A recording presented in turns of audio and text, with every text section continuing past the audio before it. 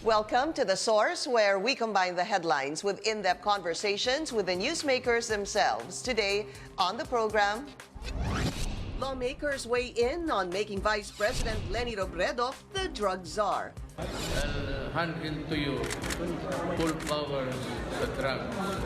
I'll give you 6 months. Tingnan natin kung kaya. Following her remarks on the state of the administration's drug war. The Vice President doesn't have to remind us because we've been doing this since 2016. Also pushing for nurses' salary hike. It is easy to say, yes, we'll give you higher salary, yes, we'll give you more money, yes, but what is the beef? At the end of the day, the question is, meron bang pondo? And probing the illegal sale of person with disability IDs. Kahit sino pwedeng kumuha. Sabi ko, PWD, kasi di ba senior citizens, mahirap eh. Kailangan mukha kang senior citizen para ka makakuha. Sa PWD, ADHD lang pwede ka nang makapasok. Also, the fate of the universal health care. Anakalusugan Party-list Representative Mike Defensor joins us live.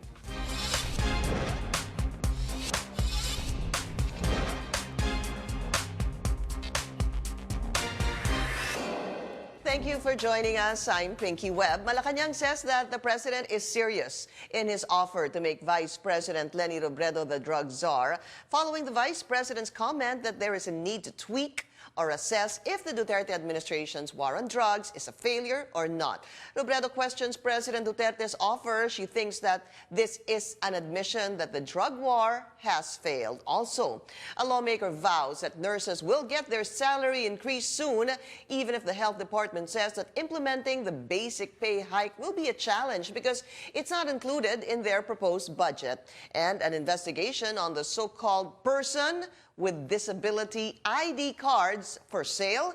Let's go straight to the source of the story. We have Anakalusugan Party-list Representative Mike Defensor. Congressman, so good to see you again. Thank you. Thank Welcome you to so the show. Thank you. First time here. I know, Yes. it's good to have you, and it's so important. So many things to talk about. Yes. Nurses, PWD ID cards. I'm going to start with the nurses, sir. The SC ruled in favor of the nurses. What it is really is increasing their salary grade from 11 That's right. to 15. What That's it right. means, Congressman, is that from a salary of 20,000, 15,000. Yeah. 15,000 yung entry level nila. Yes. Dapat maging 30. Magiging about 30,000. 30,000.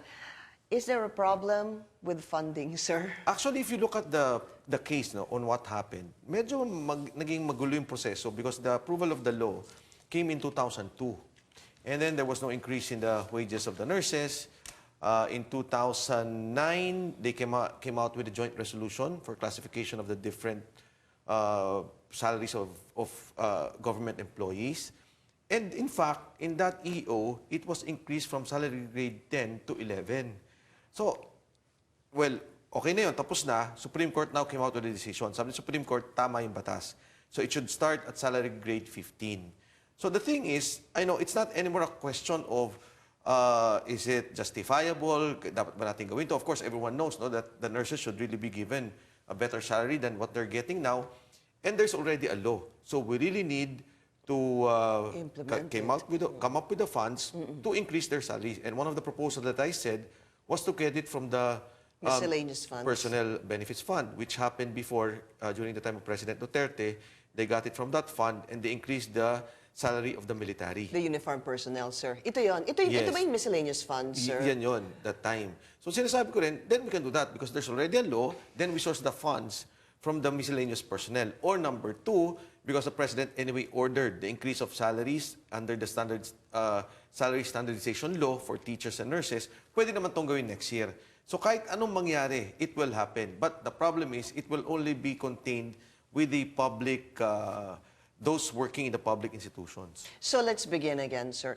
Ang entry level nila, you were saying, is about more or less 15,000. 15, ano? And dapat, because of the recent Supreme Court ruling, it took a while, actually, I think 2 to 3 years that they studied That's this right. case as well, Yes. sir, no? Yes. And sabi nga, ang entry level, more or less, is we're looking at 30,000. Sir, 30,000. yung 30,000 ho ba, across the board yun, public hospitals and private hospitals? Para lang sa mga public, those working in public hospitals and those working even with the LGUs. So lahat ng public institutions will be benefited. And actually, Pinky, talagang kung titingnan mo yung data under the PRC, iba na ngayon eh, yung nurses pabawas ng pabawas. Now we have about 30,000 nurses in the public sector. And almost last year, nasa 9,000 lang yung graduate. Previous to that, it was high. You were hitting 30,000, 50,000. Now it's going down 9,000. And in totality of yung all nurses working in public and private, you only have about 65,000. Total of more or less 500,000 nurses that we have. They may be working abroad, some of them are here, pero yan yung figures na tinitingnan natin locally. So there are 500,000 nurses, yet only 65,000 are working here in the country. In the country. So again, as you said, sir, posibleng abroad or posibleng nag-change sila ng career. Ng Tama career. ho ba? Yes, because of yung kawawang pa nga, di ba yung nurses dati, sila pa yung nagbabayad to have residency. And I think that's, we shouldn't, kawawa naman itong mga You shouldn't compel them to do we that, shouldn't compel them to do that, and that should not be the modus operandi of our private and public hospitals. So it's about time na yung kanilang entry level ay tumaas na. So ang tanong, pwedeng kunin po dun sa tinatawag na miscellaneous funds as you mentioned, and the Yes. President did this in 2017 with the uniformed personnel. Yes. Magkano ho bang kailangan? Hindi ko pa na-calculate yung total requirement, but it's not really high because if you're talking of entry level 11 to 15, you're more or less 15,000. So 15,000. But sir, that's double their pay. Because Double their pay, but not all 30,000 are at salary grade 15.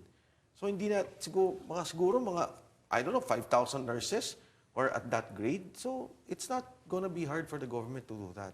And anyway, the president already said it. We have to do it. We have to increase. Given the situation of the total health situation of the country, ang ating mga doktor is about 1 to 30,000. For every one doctor, 30,000 Filipinos are being serviced. It should be 1 to 1,000. 1 to 1,000. Should be the ratio. Sa nurses natin, kulang na kulang tayo. In fact, in the yung mga BHW natin, all over the country, because you don't have enough nurses, then you have now the barangay health workers. Some of them are also nurses. So these are the things that we have to really empower our nurses to serve as nutrition program, for the vaccination program, for other primary health care programs that we have to implement. Because importante talaga the preventive programs so that we avoid depleting our PhilHealth funds, right. our sources. We have increased it now from 105 billion. The President have increased it to about 190 billion pesos. It should be at 250. But you have now to service indigents and senior citizens who don't necessarily contribute to the total PhilHealth funds that we have. And when you talk about that, sir, dito na papasok yung universal healthcare law because that is also, the thrust really is preventive. Yes. Check them Check them. para in the future, hindi nga sila That's magkasakit right. Yes, that's why see Preemptive. Speaker Alan Cayetano, it was his birthday the other day, and he had a flag ceremony. One of the things he mentioned was, let's push for, because under the law it was not there, and I filed a bill for that, and the Speaker will be leading it, yung free checkup of sugar and cholesterol, because the three killers in sugar, cholesterol. and cholesterol. Because the top 3 killers in the country is diabetes, heart problems, and cancer. So ito medyo mahirap yung cancer, but at least the 2 you can check immediately. And we hope that by passing the law, we will be able to bring down the cost so that all institutions, private hospitals, public hospitals can check at a very low cost the basic required for our people, those who reach the age that they need checkups. Na kailangan Kailangan talaga. parang lumalabas, medyo dapat nga mandatory na yan. At a certain age also certain to age. find out, no, sir? Kasi nga preemptive. Sa US, ganun pati sa Canada. Is it? Mandatory.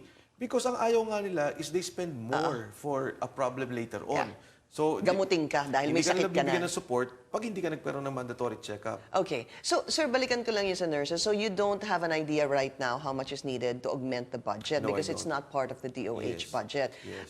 That's something you need to look into. Yes. But what are what is the progress in terms of using the personal funds or the miscellaneous funds to tap into to be able to increase the salary of the nurses? Again, I spoke with Speaker Alan Cayetano about this because I wanted to be clear of having the support of the House pagpasa namin ng resolusyon. Nung tumawag ako, nagulat ako because he already coordinated with Senator Bongo of the Committee on Health of the Senate. And they're also coordinating with DBM. So they're now, in fact, in the process of working on that. So dalawang sabi niya, don't worry, we can go with the resolution this year or we can go with the salaries under decision. So I go, Speaker, can I already say this as a fact? Yeah. Sabi niya, yeah, okay na yan. Let's hope that we can do it this year, but So- hopefully next year talagang tapos na yan. Very good for nurses. Kung Yes. gawin man, sir, to be clear, this year or latest next year, kailan ho mararamdaman yung increase? Kasi hindi mo naman sabihin pag nagawa yan ngayon, this year din nila makukuha This year yung... din. Ganon din ho ba? Oh, this year din. I Because of see. the budget, Immediately. diba? Yeah. Pwedeng siguro hindi naman yung retroactive. O, kunyari, this 6 months, you get the increase, those that below the salary grade 15. And then for next year, definitely, once the law is passed, then you have the budget. Once the law is passed, sir, and then there is a budget, how long till they actually have the increase? Okay, just to be clear, the Supreme Court already said you have to increase because that is the Philippine Nursing Act of 2002. If this year we are able to source it sa miscellaneous personal funds, then yes, we can do it. We can do it supplemental budget also, that's another thing. And then next year, if it's going to be a different law under the Salaries Under Decision Act, then it can happen next year. So madami pa. Tatlo na palang options. Tatlong options. All right.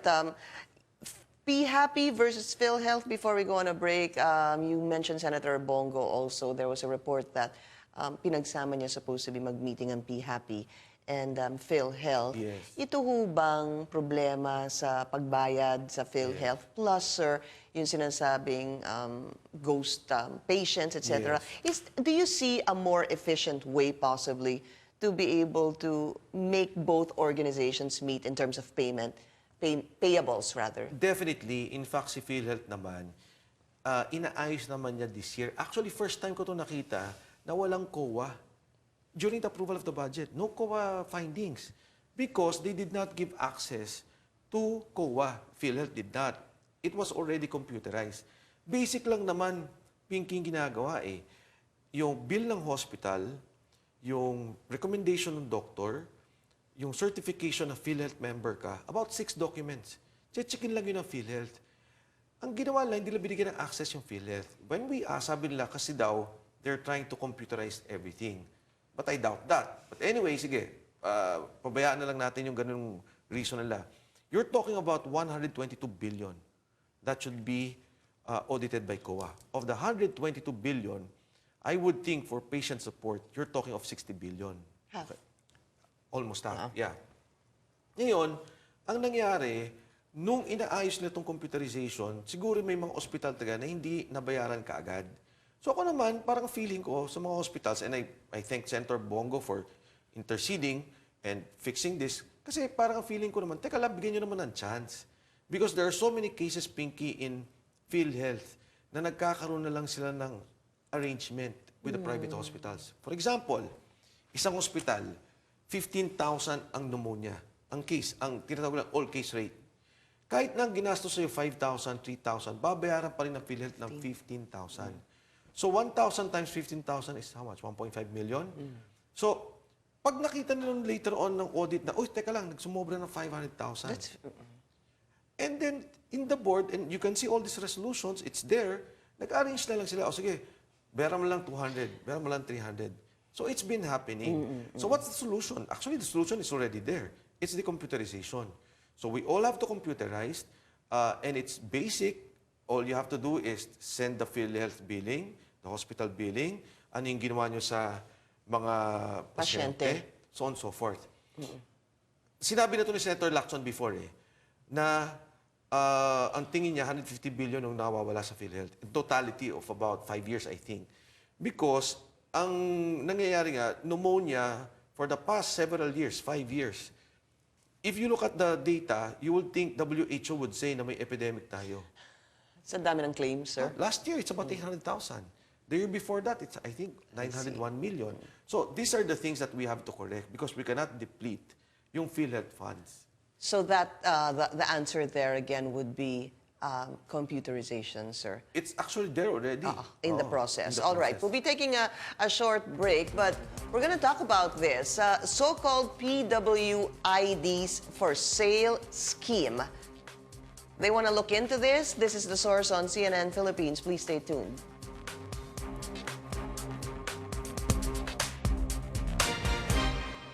You're watching The Source on CNN Philippines. Our guest today, Anakalusugan Party-list Representative Mike Defensor. There's so much to talk about with PhilHealth, but I'm gonna have, sir, siguro another time, no? Kasi it's Yes. nice to really look into this. Kasi I was asking Congressman Mike, bakit kapag emergency case, hindi covered That's right. ng PhilHealth, kailangan na-admit ka pa sa ospital. tama. So parang ang pasyente, mas gugustuhin na lang na i-admit ako dahil para hindi ako magbayad. Hindi Hindi lang ba? emergency case, kahit normal case. Oh, Pwede kang sorry, outpatient. Opo, outpatient pala. Oo. Yung hindi yes. ka nga ma-admit, That's right. hindi pasok ang PhilHealth, which is also a big question mark to me.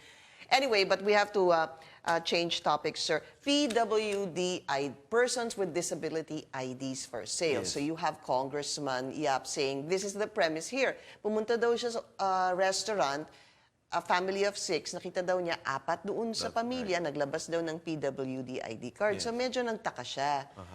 Kailangan ho ba itong imbestigahan? Kasi ang problema, sir, pwede ka naman talagang may PWID na hindi ka naman physically disabled, hindi ho ba? Actually, in fairness to Congressman Eric Yap, except for that yung sa restaurant to verify, what he said was, yun nga, may nakita siyang ganun family, and then, after that, he had people verify it. So, he had people go to LGU Manila, LGU Quezon City, and they were issued IDs.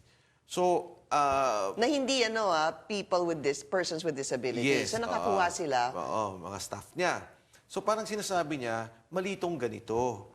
On several grounds, sabi niya parang inaabuso natin yung batas. Number 2, and I agree with him here, na talagang yung taxes, no? Because you affect the taxes. That's about 32%. 20% plus 12%. Ako, isa ako sa mga original proponent nung PWD law.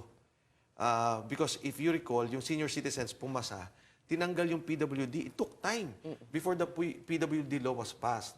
So at any rate, naipasa na nga ito. Ang pakiusap lang naman ni Kong Eric, huwag nating abusuhin. And Tama naman po yun. Yes. And when we were together, ang call namin is for the LGUs to purge the list even before we investigate. Huwag naman nilang pabayaan na gumalaw pa kami, di ba? And then makita pa yung mga LGUs, makita pa tong ganito, because it's really a violation of the law, and also it would affect our economic situation. Apo. If a lot of people will do that. Because you said, sir, yung benefit nga nila is 20%, tapos tanggal po ang VAT. Kaya sinasabi niyo Yun ang pagkakasabi. Yes, 32%. But here's the definition of a person with disability. I wanted to put this up on the screen para po maliwanagan tayong lahat. These are people with long-term physical. Yes. So yan po, posibleng makita natin. Posible rin pong hindi. Mental, intellectual, or sensory impairments which in interaction with various barriers may hinder their full and effective participation in society on an equal basis with others. So, sa madaling salita, sir, pwede po ito na mga nakikita natin, mga kasama natin, kapamilya natin, na hindi naman po nakikita talaga physically That's na right. meron silang disability. That's right. Di ho ba kanina you said that even some people with ADHD ay pasok po sa persons Pasok with dyan. disabilities? Bipolar, Yeah. pasok dyan. Actually, nangyari sinabi kasi ni Kong Eric na parang, sa mga restaurants, sa establishments, i-verify nyo.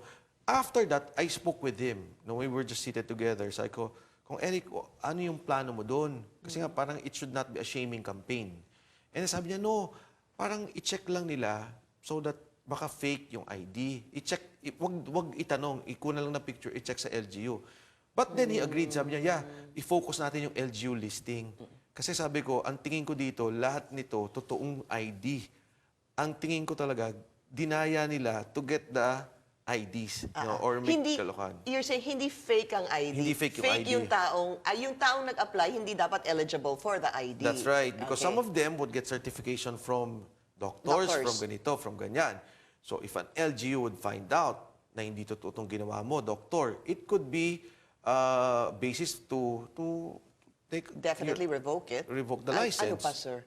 Revocation lang mo ba yan? it's fraudulent. Merong, revised penal code. There's a violation of that. So maraming penalty. So let's be clear on this because he said nga in a restaurant, dahil yun po yung naging experience si Congressman Yap, sabi niya, picturean niyo. But the point, sir, is, posible namang hindi talaga fake yung ID. Yes. Fake yung representation ng tao to get That's a right. person with. That's right. So then that doesn't work either. That's Hindi ho right. ba? That's right. To take a picture of Yes. the ID. Pero yun nga, when he intimated to me, sabi niya, baka fake yung ID. So, but the bottom line is, ang sinasabi naman niya, when we were discussing is, sinabihan niya na yung LGUs. Huwag niyo nang pabayaan na because I even volunteered because my committee can investigate these things. If you issue fake ID, sabi ko pa nga, please, do it on your own. You purge your listings. Kasi ang nangyayari, Pinky, when we were discussing, along with the media, may mga nag-offer ng barangay officials. May nag-offer ng mga city hall officials. Offer na. Bigyan mo ako ng ID mo, ganito, tapos papa-issuean kita ng PWD. Because if you go to the restaurant, may discount ka. If you park, you can park anywhere. If you do this, parang naging modus operandi. So, again, and thankfully that Kong Eric Yap came up with this, we're telling them, please, purge the list. The doctors who are doing this, please stop it. Huwag niyo pagbigyan because we will really come down on you strong. We will not allow this because in fact, you're not only violating the government, Right. but you're violating the very people being protected by this law. Opo, exactly, sir. The society even. Kaya nga meron po mga grupo who raised the issue on this kasi nga sinasabi nila, sandali lang, marami din sa amin talaga. Totoo naman yung ID. And then, so now we're clarifying it. It's not really a question of fake or totoo yung ID. Totoo talaga siguro yung ID. Ang problema, misrepresentation. Misrepresentation. Sir, paano ho kaya yan? Is there anything in the law that penalizes, for example, doctors? Because I would assume, sir, doctors ang magbibigay ng certification you have a particular condition. Yes. Well, technically, you are an instrument to fraud. Kasi pinipeki mo na yung lisensya. That's right. Tapos, of course, yung professional Yung license mo, no? license mo will be revoked. And so on and so forth. So, ito yung kailangan din bandayan naman, doktor. In fact, I called up my friends. Sabi ko, uy, tigil na yan, ha? Sabi niya, hindi ko naman ginagamit, kuya. Sabi ko, kahit na solim yan because once they check all Why of these friend, things. sir? Give us your personal experience. Why did you say your friend? Well, even before, no, because Kong Eric was talking about it. Then one of my friends told me na nag-i-issue talaga sa City Hall. Sabi ko talaga. I was surprised to find out that they could do that. And then I guess marami na silang naggaganong-ganon na may meki talaga ng mga ID. But are you saying your friend got one? Yeah. Din. So sinabi mo na dun sa kaibigan mo, huwag Noon mo pa. nang gamitin Noon yun. pa. Then I was surprised kung Eric mentioned it. And also telling his friends na tigilan yan. Huwag niyong gagawin yan. You know, you go to a bar, you go to like this, you go to like, and you can use the ID. Right. Kailan ho kaya are you going to investigate this? Is there a House resolution on this? Are you going to investigate? Kasi sir, I guess kung sabihin mo, LGUs, bantayan nyo na to, wag nyo na kaming paimbestigahan pa, how can you persuade them or push them to actually do this, sir? Well, And how can they revoke it? yeah. Well, for one, my committee, Public Accounts Committee, we can investigate all agencies. So I can call Mayor Isko, Mayor Joy, and call the head of the PWD department, look at the list, look at those who are affected, yung given IDs on the basis of, let's say, mental health problems, check sino yung doctor na nag-issue nun. And this can be very, bad for the LGUs. But sir, you're not going to investigate yet. You will, paano ho, let them first do it on their own. I Ganun ho would, ba? yeah, para, di ba, parang madami Wag pa na kami lang. trabaho eh. Gawin nyo na lang muna to. let's start anew, tigil natin to, wag na ho nating pabayaan mangyari pa yung investigasyon. But are you calling on them to revoke those IDs that are possibly should not have been given in the first place? Definitely. If there will be a voluntary delisting of those people, then that would also be good. Even better. Even better. We'll be taking a short break. We'll be right back.